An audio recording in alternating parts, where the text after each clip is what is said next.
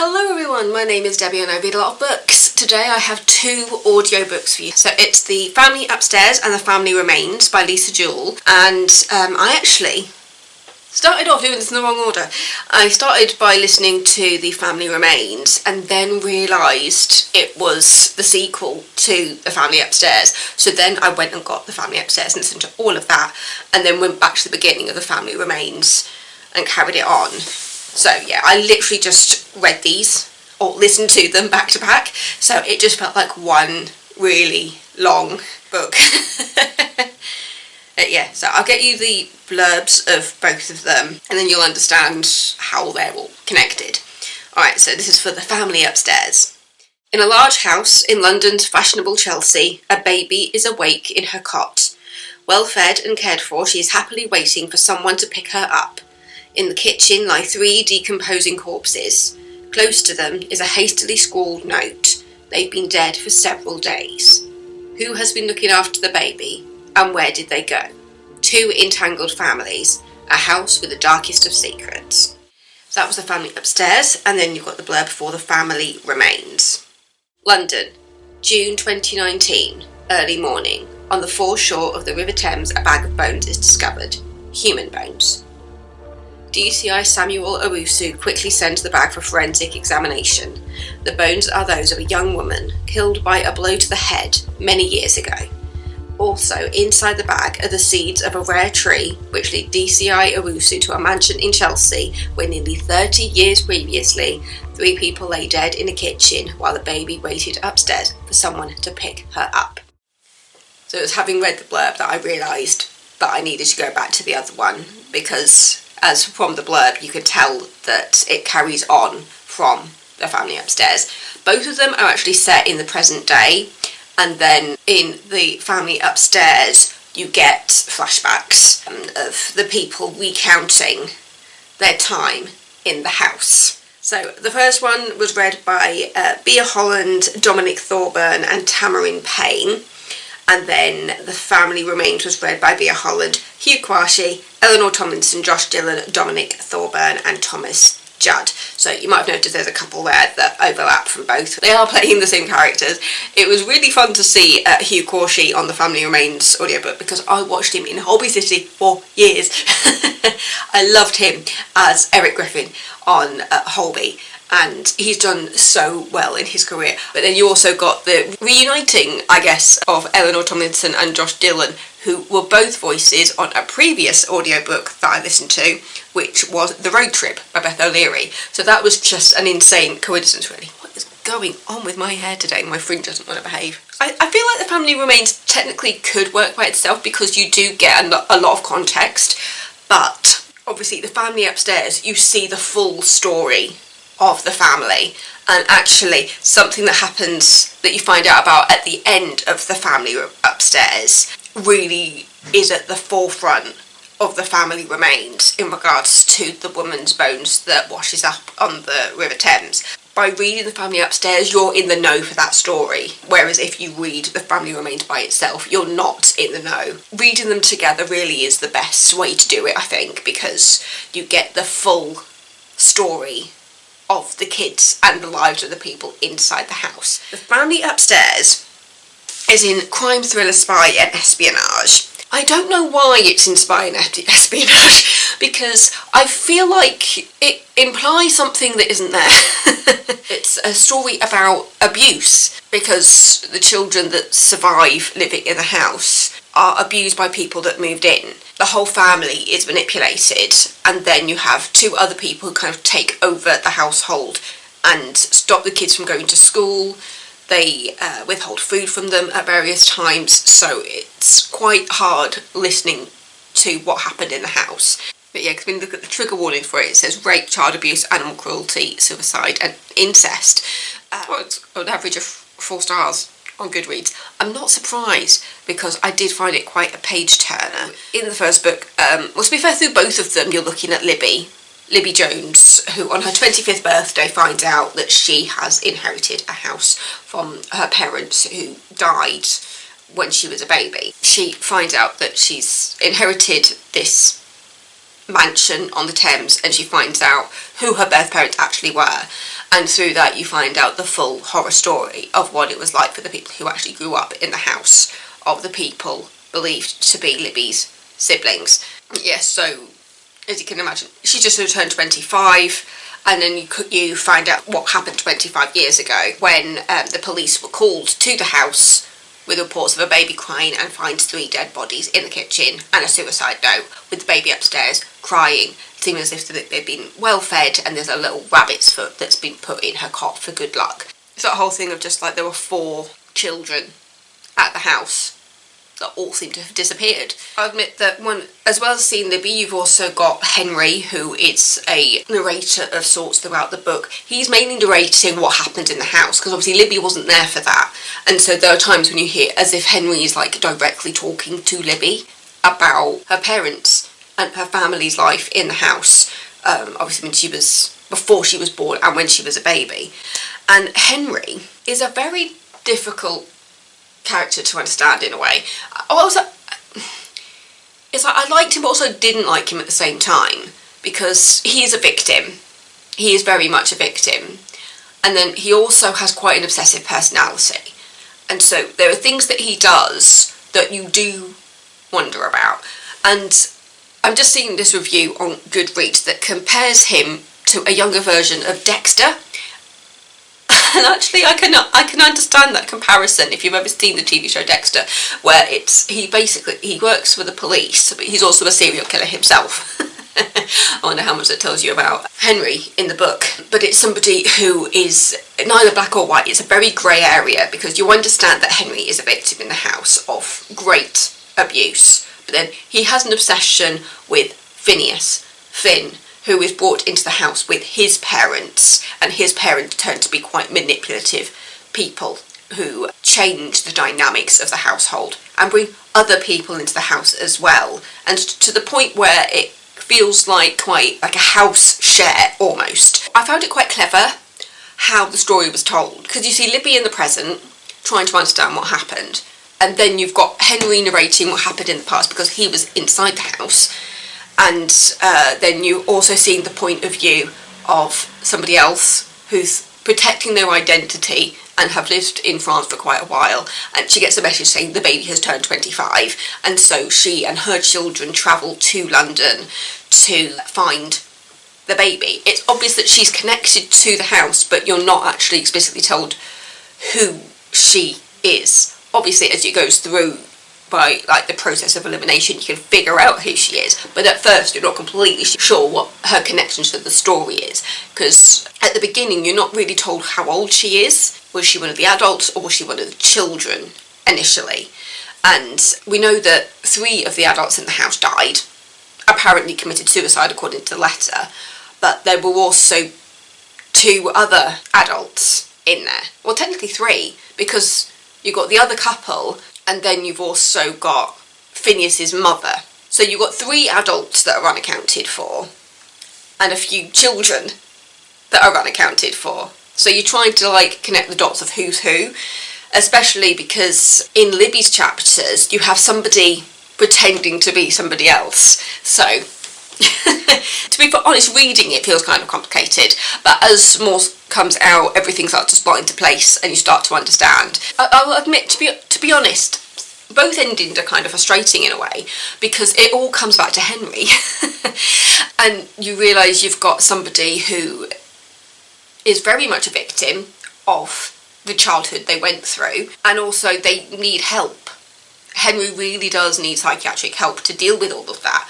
And there's also his personality, which I feel like throughout both books he is protected, and at the same time I'm just but at this point, does he really need that protection anymore?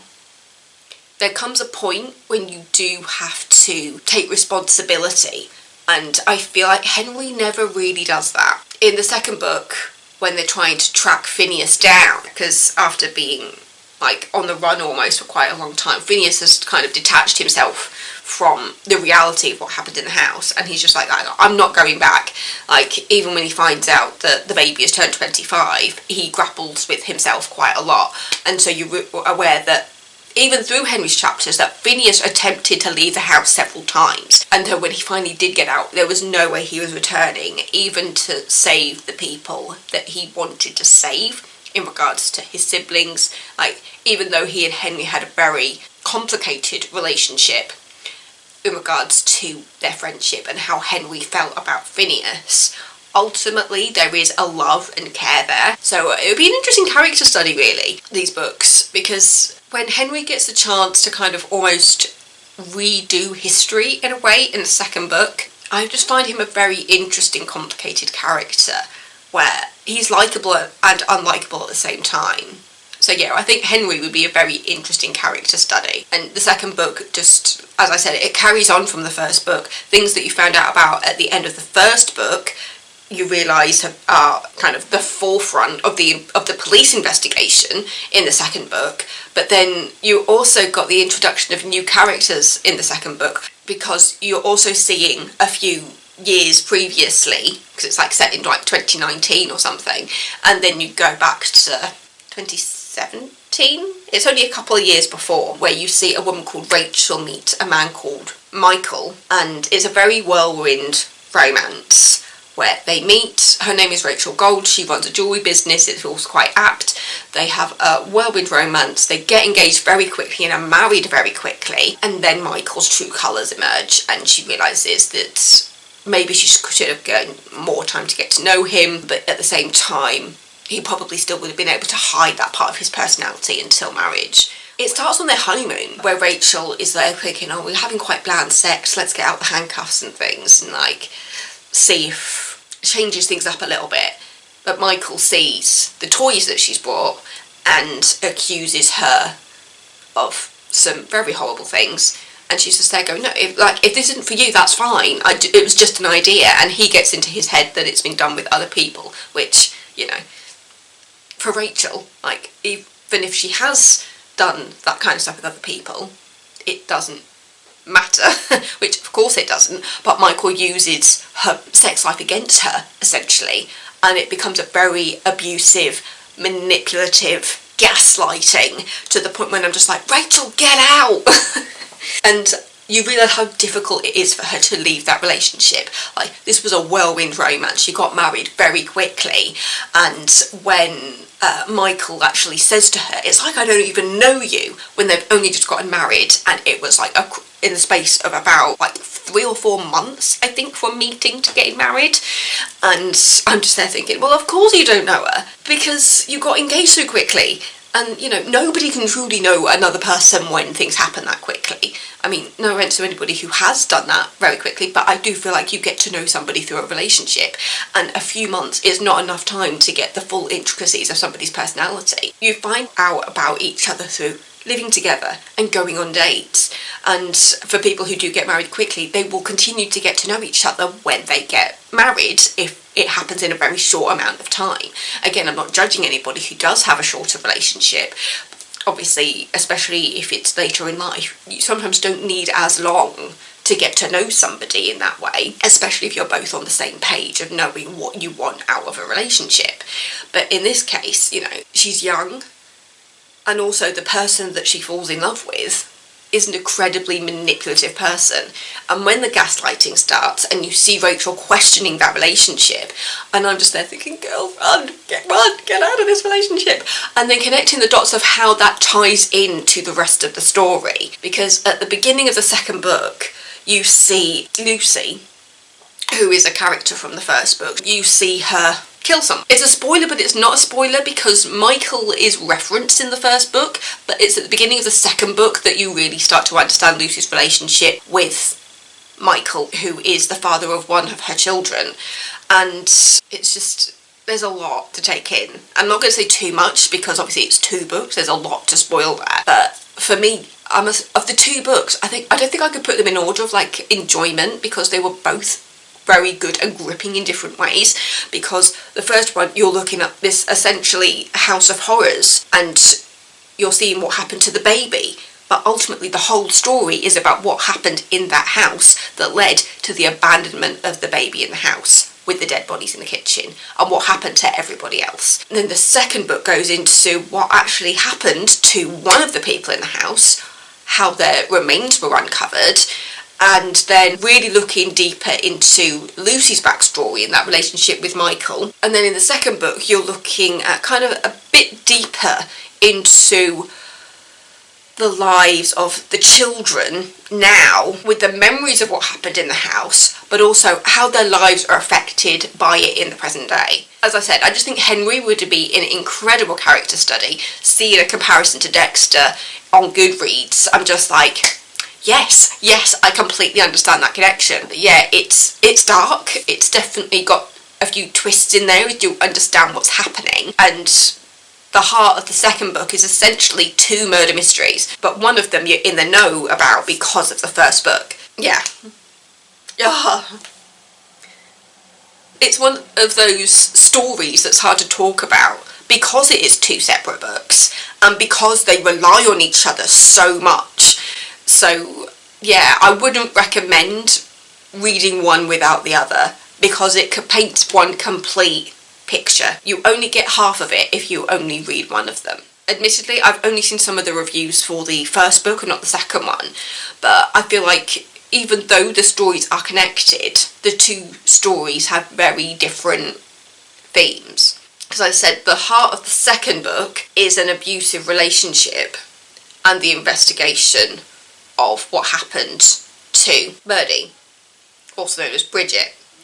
But we met Bridget in the first book and we saw how manipulative Bridget was. So it's manipulation but in different ways. In the first book, it was about power, abuse of power essentially, and how the children were treated. So child abuse.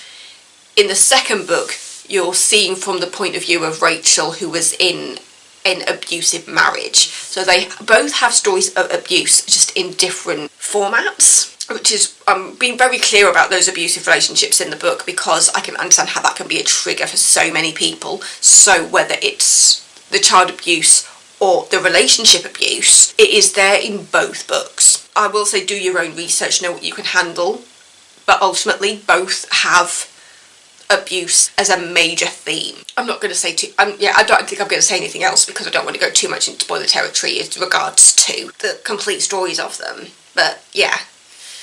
I literally just listened to these books back to back on my walks at work, and so jumping straight into the second book, it felt like there was no bridge to gap because it follows on immediately from what you've just learnt at the end of book 1. It was just so good. So clever. I love how different but similar the stories were, and it's always interesting to be ahead of what's happening in a sense, because at the end of the first book you find out what happened to Birdie, and then the second book you see the police investigation into what happened to Birdie. So by reading the first book you are in the know. Because had I just fully listened to the second book and then just thought, oh, I'll just go back to the first book as a prequel, like, it would have been a completely different headspace and a completely different understanding of what was going on. So I'll bring up the book covers. Where's BorrowBox gone? I listened to these on BorrowBox, which is a library app. It's connected to my local library. It connects to libraries all over the place. So this one is the cover for The Family Upstairs. And this is the cover for The Family Remains. Basically, it all comes back to the house. And it all comes back to Henry. That's all I'm going to say. But yeah, so if you have read these books or listened to them, let me know what you thought of them. Is there anything in particular that grasped you about the stories?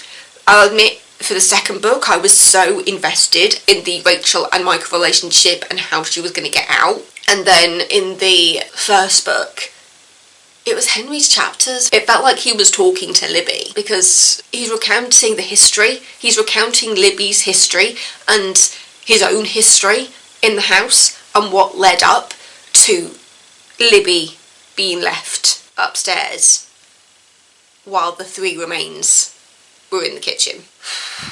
Yeah. So yeah, if anybody's got any thoughts about these books, do chat to me in the comments. It is always lovely to see comments and see if there's anything that people want to hear me talk about, or if there's anything in particular that you recommend for me. I will say, based on a comment that I had very recently, I am never going to give you full-on spoilers in my videos or my comments. If you are reading something for school, please read it. If you want to use any of my videos as a help or a guide, like I know that when I read Skellig, I got quite a lot of comments saying this really helped me to understand what I read, or it helped me when I was at school because we've been studying it, and it was just like, it is great that if it helps you understand what you've read, but I'm not reading the book for you. I'm reading it for me. So, yeah. Just my little disclaimer to say I am never going to spoil any books unless I explicitly state, like, spoiler, skip ahead if you haven't read it, because I know that especially my Narnia books, when I got to the end of that, I did add the spoiler and what my reaction to the end of that was. But yeah, if I ever do any spoilers, it will come with a disclaimer. But I'm not here to spoil books, I'm here to tell you what I thought reading and how I felt reading it. Yeah. That's what I'm going to say on that. But yeah, so thank you so much for watching. Don't forget to subscribe. I'm off to get myself a cup of tea. But yeah, thanks, and I will see you next time with another video. Stay safe, everybody. I love you all. Goodbye!